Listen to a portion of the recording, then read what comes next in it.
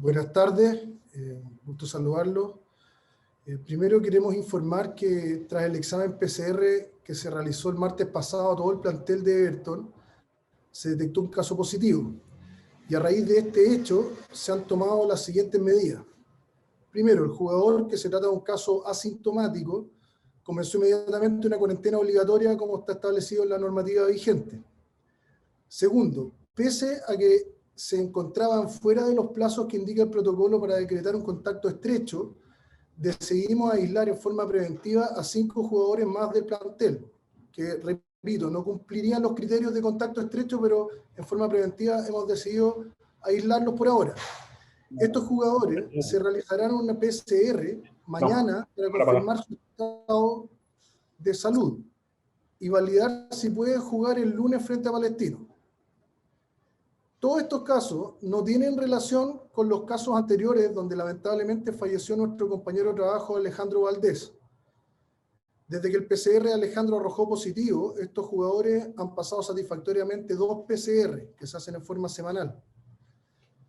Desde el comienzo de la pandemia, Everton ha cumplido con todos los protocolos que ha instruido la autoridad sanitaria y estamos en permanente contacto con ellos para la actualización de estas medidas, ya sea con la autoridad sanitaria como con la NFP. Eso es lo que les quería comentar. Bueno, muchas gracias, doctor. Ahora vamos a comenzar con la ronda de preguntas de los medios de comunicación. Reiteramos que es solamente una pregunta por medio a raíz de la alta demanda por parte de los colegas. Le damos la palabra a Diego Peralta de Golazo UCD. Muchas gracias, Vale. ¿Qué tal, doctor? ¿Cómo está? Muy buenas tardes. Primero, para comenzar esta consulta de mi parte, saber cómo comenzó todo esto. Sabemos que lamentablemente Alejandro perdió la vida por esta pandemia, esta enfermedad que está pasando, pero ¿cómo comenzó todo esto en Everton? ¿Cómo fue que se detectó finalmente un primer caso? ¿Cómo se llegó a contagiar finalmente este funcionario del club? ¿Y cómo lo hicieron después para poder tomar todas las medidas para evitar un brote mayor? Mira, primero comentar que los casos que hemos tenido, todos han sido asintomáticos y se han detectado dentro de la pesquisa que se hace semanalmente con PCR a toda la gente que trabaja en el club. Y esto de acuerdo al protocolo de la NFP, en el fondo es que estamos trabajando todos los clubes. Y en ese contexto se detectaron 2 casos positivos hace 2 semanas, el día 25 de marzo, donde está Alejandro, y en ese momento se aíslan estas personas y se sigue trabajando de acuerdo al protocolo estandarizado con el resto de los jugadores y de la gente que trabaja en el club. No había contacto estrecho en ese momento y por lo tanto hasta la semana siguiente no teníamos ningún antecedente que pudiera indicar que había algún otro contagio al interior del club. En la semana siguiente tenemos nuevamente dos casos positivos, que son 2 juveniles, y en ese contexto se vuelve a hacer todo el protocolo, se determinan los contactos estrechos, ahí sí se identificaron 2 contactos estrechos que no son jugadores que alternan y que están trabajando en el primer equipo ni en el club, y se aíslan esas personas, se les decreta cuarentena preventiva. De ahí en adelante volvemos a tener una tercera PCR a la semana siguiente. No, perdón, esa fue la semana de la PCR la semana pasada. En ese momento se aísla preventivamente otro jugador que había tenido un resultado indeterminado y que después en el control dio negativo. Porque además pasa esto, que los PCR de repente dan resultados indeterminados. La verdad es que son casos cuya trazabilidad escapa a las fronteras del club, en el sentido de que si nosotros hacemos la investigación de dónde está el contacto, no hemos identificado que esté dentro del club. Y por eso hemos seguido cumpliendo los protocolos estrictamente y hemos cumplido tanto el protocolo de la NFP como el del MinSal y no le hemos saltado ningún paso en ese detalle. Perfecto, doctor. Muchas gracias. Vale, Diego. Muchas gracias, Diego. Ahora le damos la palabra a Luis Cabrera del Mercurio de Valparaíso. Hola Humberto, buenas tardes. Hola Luis, gusto saludarte. igualmente. Humberto, cuando introdujiste esta conferencia, comentaste que aparte del jugador que estaba identificado como positivo y asintomático, hay otros 5 jugadores, si no me equivoco, que no son contactos estrechos porque estuvieron con una separación horaria que excede, entiendo, las 48 horas para hacer contacto estrecho, pero que también iban a estar, digamos, en algún tipo de observación. Quería preguntarte específicamente por eso. ¿Qué pasa con la actividad que tienen los jugadores de Everton fuera de, digamos, de su lugar de entrenamiento o de trabajo? Porque entiendo que en el complejo hay muchos ojos mirando, hay protocolos que se tienen que cumplir. Sin embargo, esos protocolos aparentemente no sirven de mucho si es que fuera, digamos, del lugar de trabajo o del lugar de entrenamiento o del lugar donde juegan fútbol, eh, hay reuniones sociales o se juntan, digamos, más personas que podrían eventualmente contagiarse. ¿Qué pasa en ese caso con estos cinco jugadores? ¿Ellos se juntaron con la persona que está contagiada? ¿Hay alguna, no sé, pues, alguna determinación del club respecto a esto también, al comportamiento que tienen los jugadores fuera para cuidarse también? Claro, mira, yo no estoy autorizado a dar detalles personales del contagiado ni de la forma de contagio que tuvo él. Sí, te puedo comentar que nosotros, dentro del control que tenemos de lo que hacen en el club, nos aseguramos de que se cumplan todos los protocolos, estamos encima.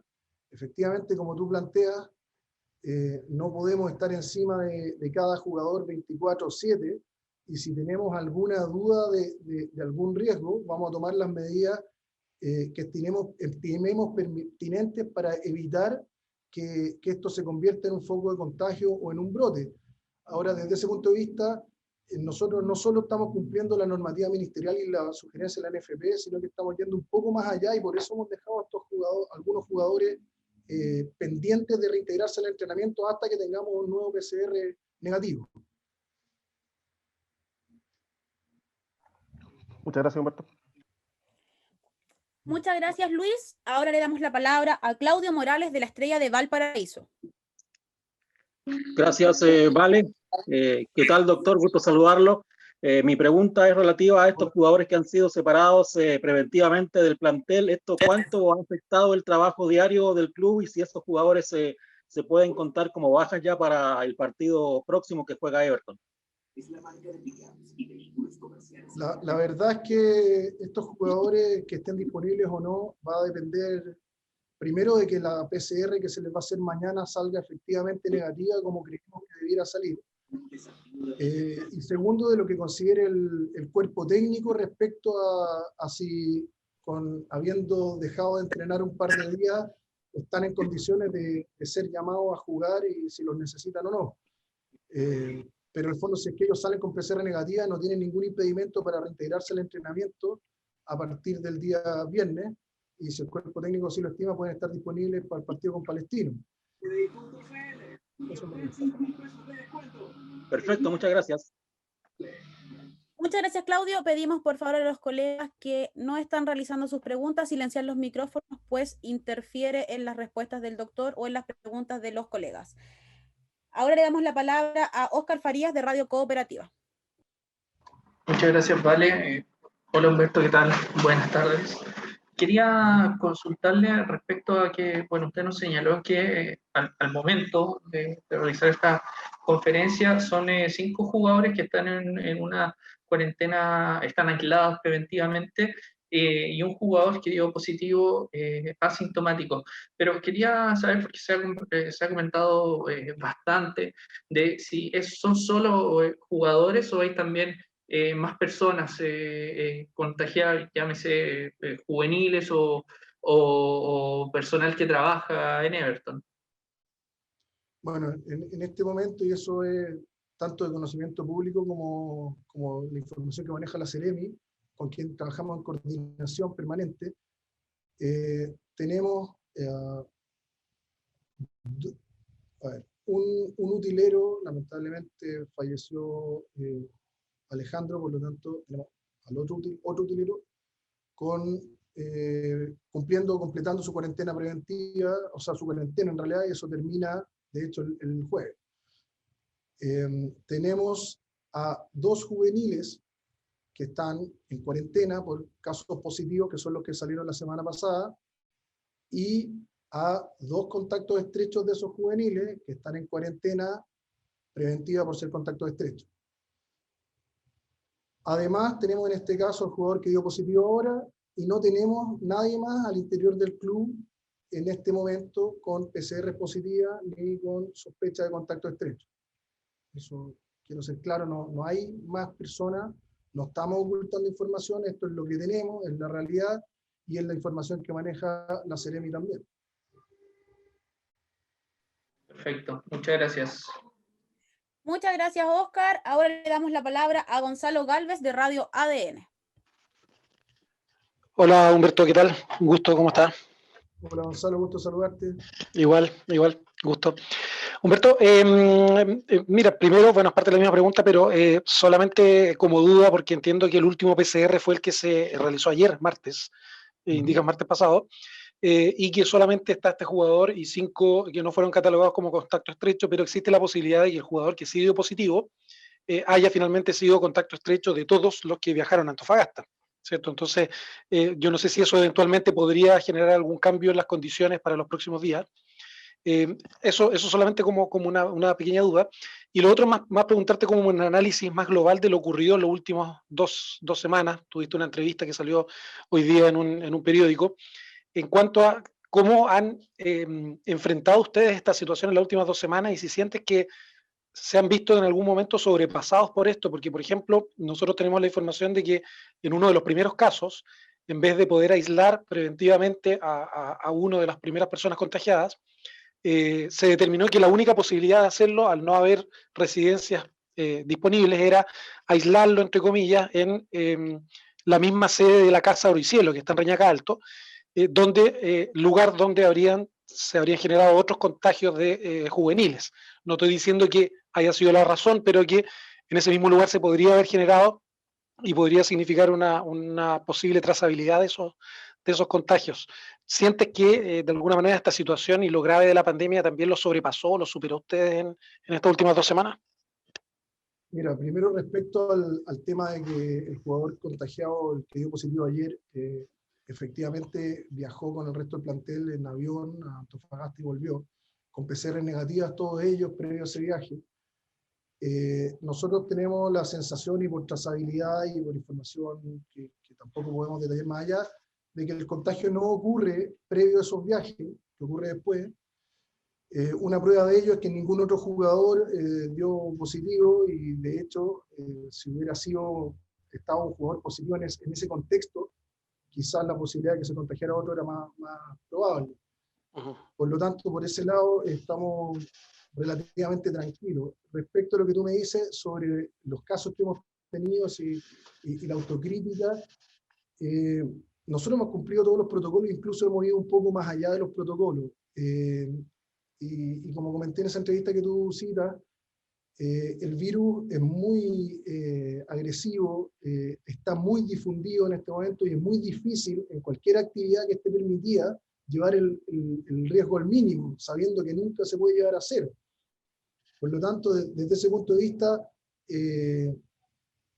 claro, nos ha estado pegando duro porque esto también está reflejando la realidad de lo que está pasando en esta región, que hay muchas posibilidades y formas de contagiarse en todos lados. Nosotros tenemos la convicción de que estas personas no se contagiaron al interior del club, pero sí son trabajadores del club y por lo tanto estamos todos involucrados.